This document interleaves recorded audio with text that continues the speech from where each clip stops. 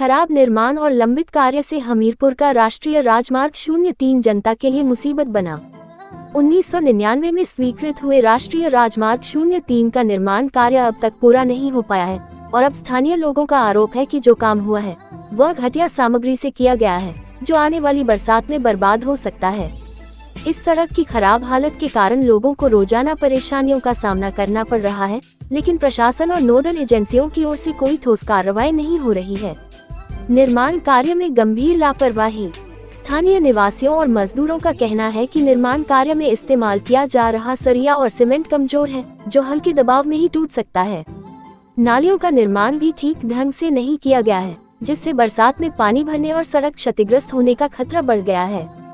कई लोगों ने शिकायत की कि अगर यह काम लोक निर्माण विभाग के अधीन होता तो शायद अब तक न जाने कितने अधिकारियों के तबादले हो जाते कि नेशनल हाईवे के अधिकारियों को किसी का भी डर नहीं है, लेकिन राष्ट्रीय राजमार्ग प्राधिकरण की लापरवाही के कारण कार्य धीमा और बेढंगा चल रहा है। जनता को उठानी पड़ रही मुश्किलें। इस सड़क का उपयोग करने वाले लोगों का कहना है राष्ट्रीय राजमार्ग प्राधिकरण की गड्ढों और अधूरे निर्माण के कारण वाहनों को भारी नुकसान हो रहा है। मरीजों को अस्पताल ले जाने में दिक्कत हो रही है, क्योंकि झटकों से उनकी हालत बिगड़ने का खतरा रहता है। स्थानीय व्यापारियों का भी कहना है कि सड़क की खराब हालत के कारण उनका व्यापार प्रभावित हुआ है। प्रशासन और सरकार चुप, जनता नाराज। स्थानीय लोगों का आरोप है कि केंद्र और राज्य सरकार इस मुद्दे पर गंभीरता नहीं दिखा रही है और ठेकेदार कंपनी पर काम को लेकर सख्त कार्रवाई नहीं हो रही, जबकि आरटीआई के माध्यम से मांगी गई जानकारी में भी पारदर्शिता का अभाव है।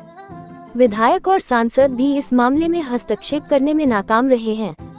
स्थानीय नागरिक संगठनों ने मांग की है कि राष्ट्रीय राजमार्ग प्राधिकरण और राज्य सरकार तुरंत निर्माण कार्य की गुणवत्ता की जांच कराए, दोषी ठेकेदार और अधिकारियों के खिलाफ कार्रवाई की जाए तथा प्रोजेक्ट को शीघ्र पूरा करने के लिए समय सीमा तय की जाए।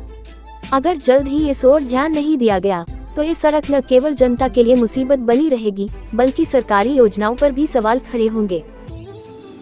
ऐसा है, एज पर रूल जो है मिस्त्री भी बता रहे थे ये ना, मिस्त्रियों का काम किया 50 साल और जो खाना बनता है वो बनता है 4 बाई 4 इंच का बनता है खाना ना, लेकिन ये सरिया सिंगल लेंथ में डालते हैं। लेकिन इतना जरूर है कि ये 5 साल इन्हीं की एनएच वालों की देखरेख होगी। अगर बीच में नालियाँ टूट गई हैं तो इनको फिर रिपेयर करना पड़ेगा।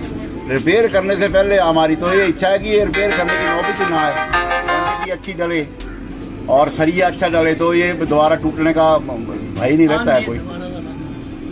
एज पर नॉर्म जो काम तो हुआ नहीं है ना, पूरा ही एनएच का काम जो हुआ है वो जगह के हिसाब से इन्होंने एडजस्ट कर दिया है और जैसे प्रॉपर तरीके से इसकी जैसे सीधा रोड होना था वहाँ बिल्कुल कर्व डाले हैं इन्होंने।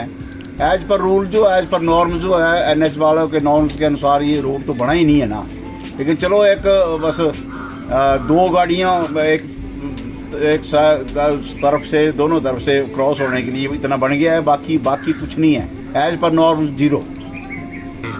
4 लेन तो अभी तो 2 लेन ही है ये, और हमें तो ये बताया गया अभी तक भी 2 लेन ही बन रहा है ये। अगर 4 लेन की बात भी आती है तो यहाँ से तो जगह प्रॉपर है नहीं, तो बाईपास बना लेंगे।